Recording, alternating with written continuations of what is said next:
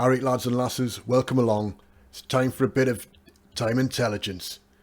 Power BI, time, oh, it's all relative, isn't it? That's what people are always going to say, innit? But what you can do with Power BI and with the calendar table that was set up earlier in the week is you can really start to get into some intelligence within your analysis. So what's happening in a month, what's happening month on month, what's happening year on year even. All these things called time intelligence. And the time intelligence functions, they're built right into Power BI. I'll take you through how to do a few today, and hopefully then you'll be able to crack on and get some done yourself over the weekend. So what we're going to do first, let's go now.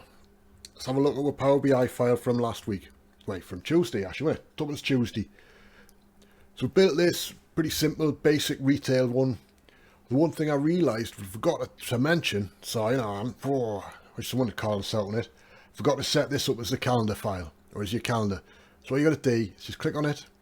As you can see, you get the table tools. I'm going to mark it as the date table.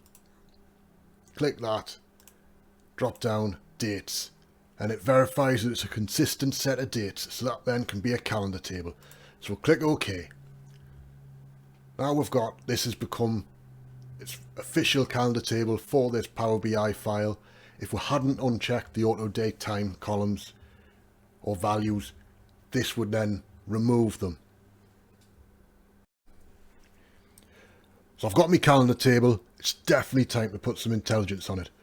I can see here my annuals, I can see what's going on, but I'd like to kind of understand that, you know, a little bit more, a little bit more detail on that thing. So let's go to a new page.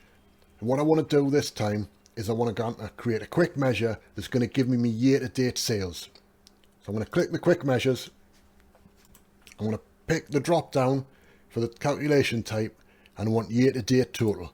I'm going to pick that one. I'm going to use the measure up before, so my profit, bring in my profits, and then the date, well, it's going to bring in the dates from the calendar. That's all we need, isn't it? Click OK. Job's a good one. There we go. Champion. So now it's created this sum of profit year to date. So if I bring that in, and then I'll bring in, wait, let's bring in my month names, and I'll need to bring in my years so it properly so it makes sense. And there we can see year on year actually what's happening. Now having that as a column chart is probably pretty bad choice, isn't it? If we went with line chart, you'll be able to see year on year actually what's happening. We can see again, it's an absolute mess. I hope you're learning div and combine everything all the time. Just with this, I'm going to click on that, and remember to go into my measure tools, and I'm going to change the values. So it's currency, but I want it to be with no decimal points, just because it keeps it easier, doesn't it? Oh, hey, this business is making millions, isn't it? Year on year. So the next thing will be, well, I want to actually start to analyse this properly, don't I? So, you know, what else can we do with this? So, I've got my month to date, or my year to date, sorry, sales. I can bring in a month to date, be very similar. I can also, another new measure, tell you what, I want to know the year over year difference. So I've clicked my new measures again. It's having a think on it.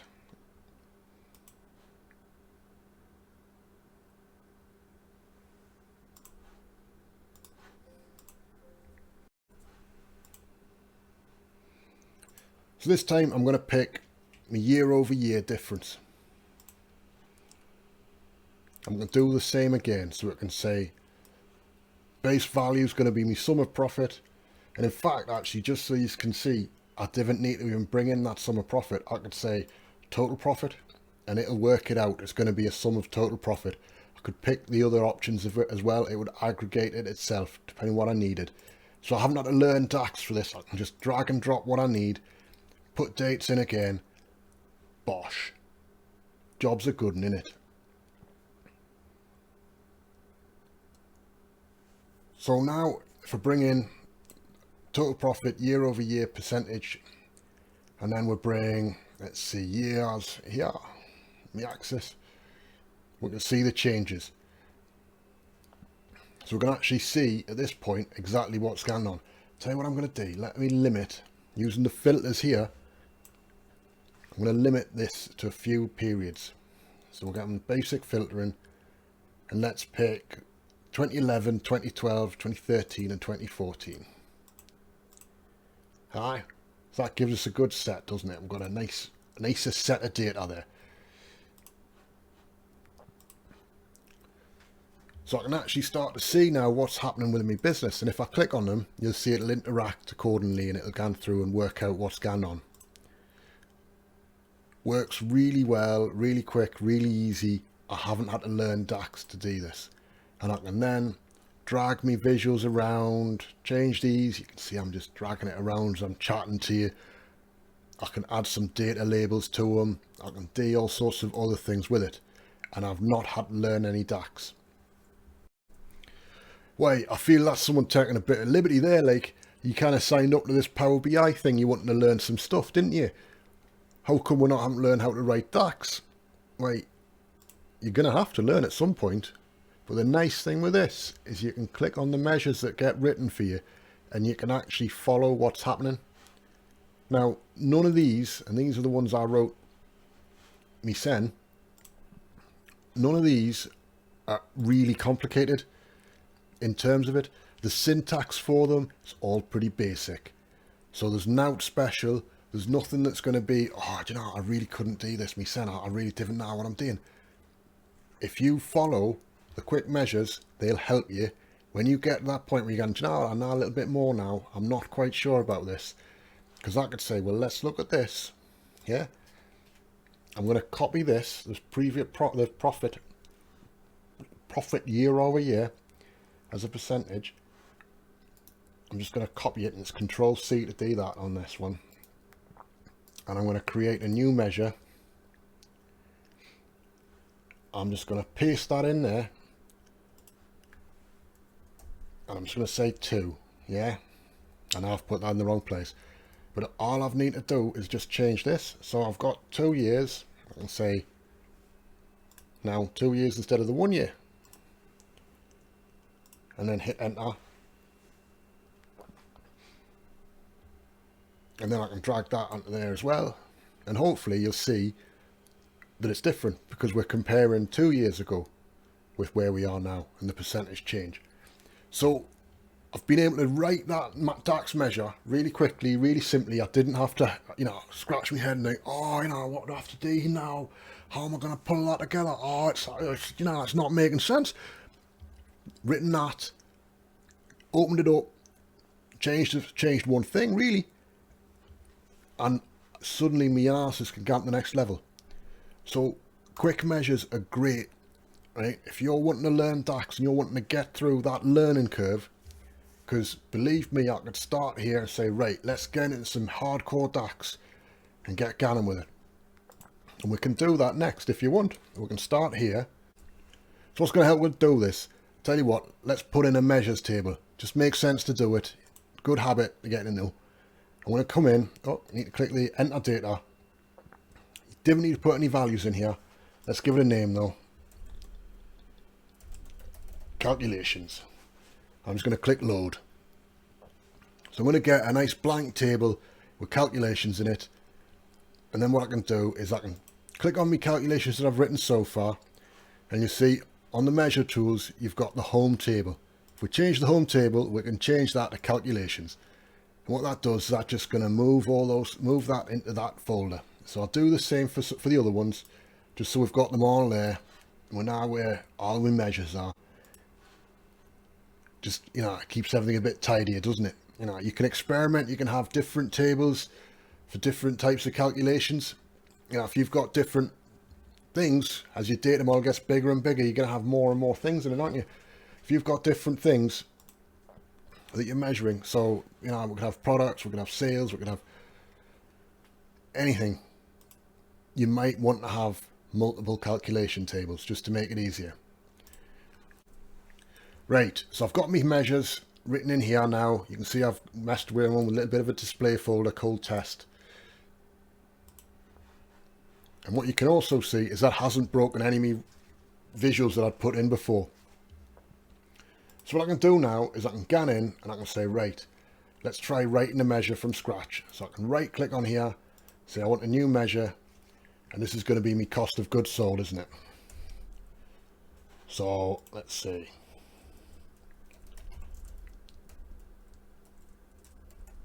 Total COGS equals sum of cost of goods sold. Oh. Total cost, isn't it? Because it's units.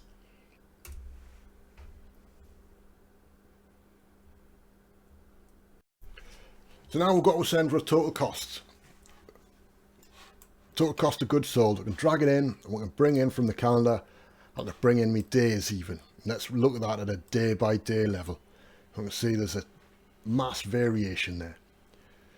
Got so much of a variation really because we're different now about orders, do we? So what we really need to do is to understand a count of, there's an order count in it. So how many orders have we sold or have we got per day? So let's have a look at that. So let's create a new measure. Again, back to a calculations table, right click, new measure. And this is going to be an order count, which equals, why we'll just do this to keep it simpler, row count. So that's count rows, and the table is what 5,000 in it. There's it. There we go. Champion. So all of a sudden we can actually start to see how many sales we got per day. So if we bring that in, you can see with sales, we're not really selling tons of stuff each day. For all we're making millions in terms of, well, if we look at the profits, not that, is it? Hey, how many people have made that mistake? Look at your cost of goods sold. Oh, that's me profit line.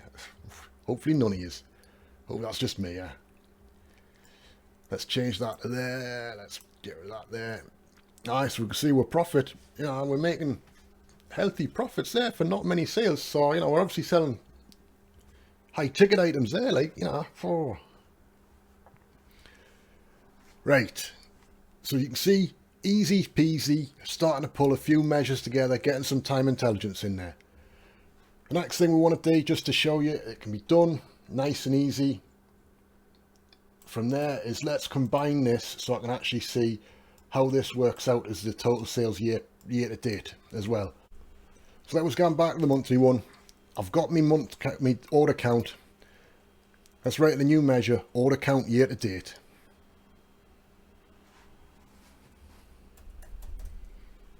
Oh.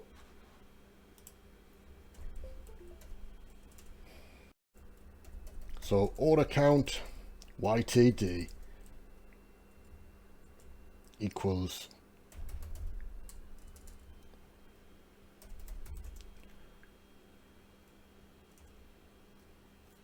total year to date,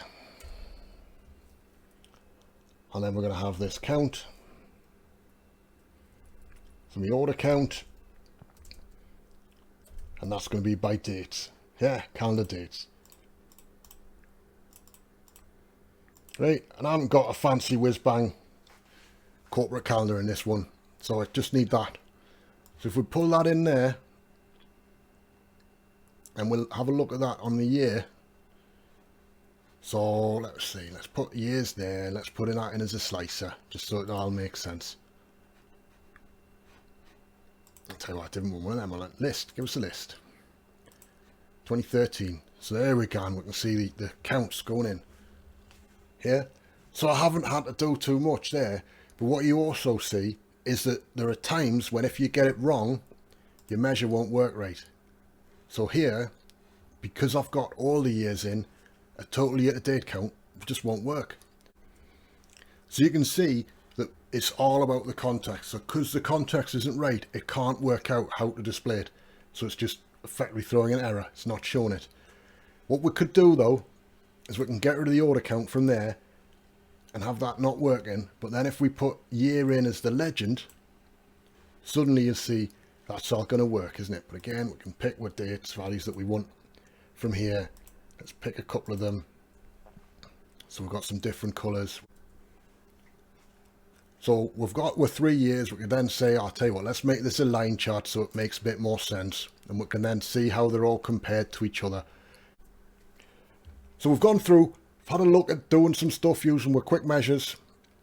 I'm here, getting those in, starting to edit and tweak the quick measures as you start to get a bit more confidence.